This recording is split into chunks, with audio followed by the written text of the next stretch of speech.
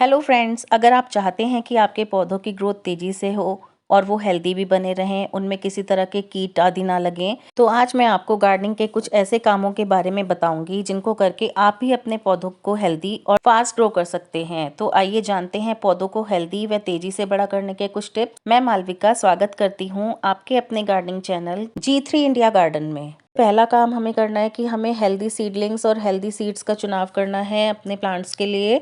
अपने प्लांट्स को ग्रो करने के लिए हमें सस्ते सीड्स नहीं लेने हैं। दूसरा काम हमें करना है कि अपने पौधों को राइट प्लेस देना है, राइट सनलाइट देनी है। जिन पौधों को ज़्यादा धूप की ज़रूरत है उन्हें धूप में रखना है और जिनको शेड की आवश्यकता है उनको शेडी एरिया में प्लेस करना है। नेक्स्ट हमारा जो काम है वो है वीड्स को रिमूव करना। जो खरपतवार हमारे पौधों में निकल आते हैं ये पौधों की सारी एनर्जी ले लेते हैं। पौधों में से सारा जो हम फर्टिलाइज़र डालते हैं वो सारा एब्जॉर्व कर लेते हैं, तो इनको हमें टाइम टाइम पे निकालते रहना है। और जो ड्राई लीव्स हो जाती हैं उनकी भी हमें कटिंग कर देनी है। इस तरीके से हमें सारी वीड्स को निकाल देना है, ये सारी एनर्जी ले लेते हैं पौधे की। नेक्स्ट हमें जो काम करना है वो हमें करना है कि पौधे की हमें गुड़ाई करनी है। हर 10 से 15 दिन में पौधे की गुड़ाई करनी है, जिससे कि पौधे की जड़ों तक हवा जाए और वो अच्छे से अपनी ग्रोथ ले सके। ये काम आप मिट्टी में यानी कि आप ज़मीन में अगर पौधा लगा है तो भी करेंगे या फिर गमले में लगा है तो भी, दोनों ही कंडीशन में आपको ये काम करना है। नेक्स्ट है हमारा ड्राई लीव्स को रिमूव करना है। पौधों में से ड्राई लीव्स को हमेशा हटा दीजिए, इससे भी पौधे की ग्रोथ अच्छी होती है। क्योंकि ग्रोथ के लिए पौधे में जैसे खरपतवार निकालना ज़रूरी है, इसी तरीके से ड्राई लीव्स को रिमूव करना भी ज़रूरी है, तो उन लीव्स को भी हमें हटाते रहना चाहिए। नेक्स्ट है हमें सपोर्ट देना है क्लाइंबर्स को। जो भी बेल वाले पौधे हैं उनको सपोर्ट देना बहुत ज़रूरी है, चाहे आप मॉस स्टिक लगाइए या कोई भी आप और भी चीज़ लगा सकते हैं। जैसे कि मैंने यहाँ पे देखिए एक रस्सी से इसको सहारा दिया हुआ है, आप इस तरीके से भी कर सकते हैं। आप नेट लगा सकते हैं क्लाइंबर्स के लिए, तो ये भी आपको ज़रूर करना है। नेक्स्ट है cutting and pruning. Cutting pruning ज़रूर करनी है अच्छे ग्रोथ के लिए। पौधे की अच्छी ग्रोथ के लिए आपको समय समय पर बेल वाले पौधों की या जो भी पौधे हैं उनकी कटिंग करना बहुत ज़रूरी है। कटिंग करने के बाद जो न्यू प्लांट निकलता है वो बहुत हेल्दी निकलता है।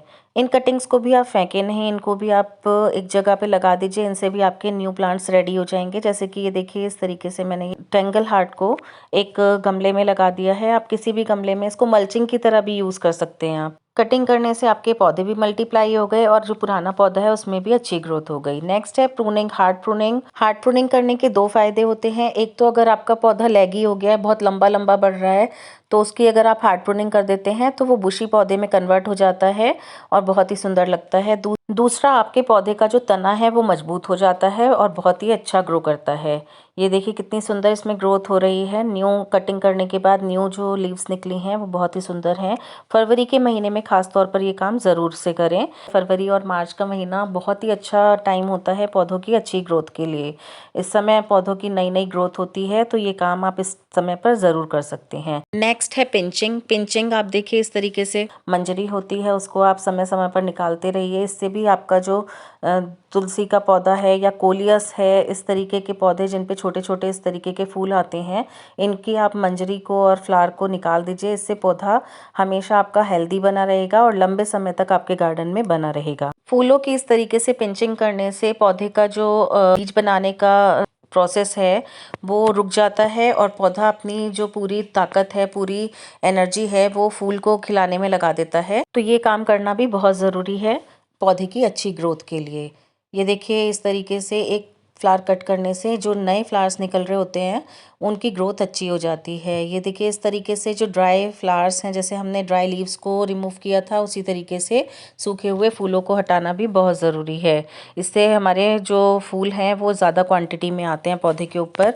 तो ये काम भी हमें 10-15 दिन में करते रहना चाहिए अपने पौधे पे, पौधे की अच्छी ग्रोथ के लिए। नेक्स्ट है फर्टिलाइज़र। फर्टिलाइज़र का भी हमें ध्यान रखना है। कम से कम 15 से 20 दिन में हमें हर पौधे में फर्टिलाइज़र देना है, चाहे आप लिक्विड फॉर्म में दीजिए चाहे आप ड्राई फॉर्म में दीजिए। तो फर्टिलाइज़र आप पौधों को ज़रूर दें। आखिरी काम जो हमें करना है वो है पौधों को पानी देने का तरीका।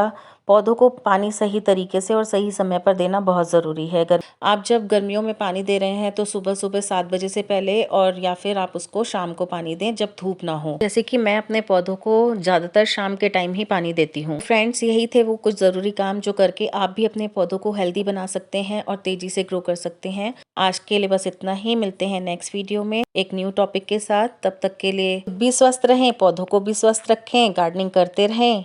Happy gardening, go green India.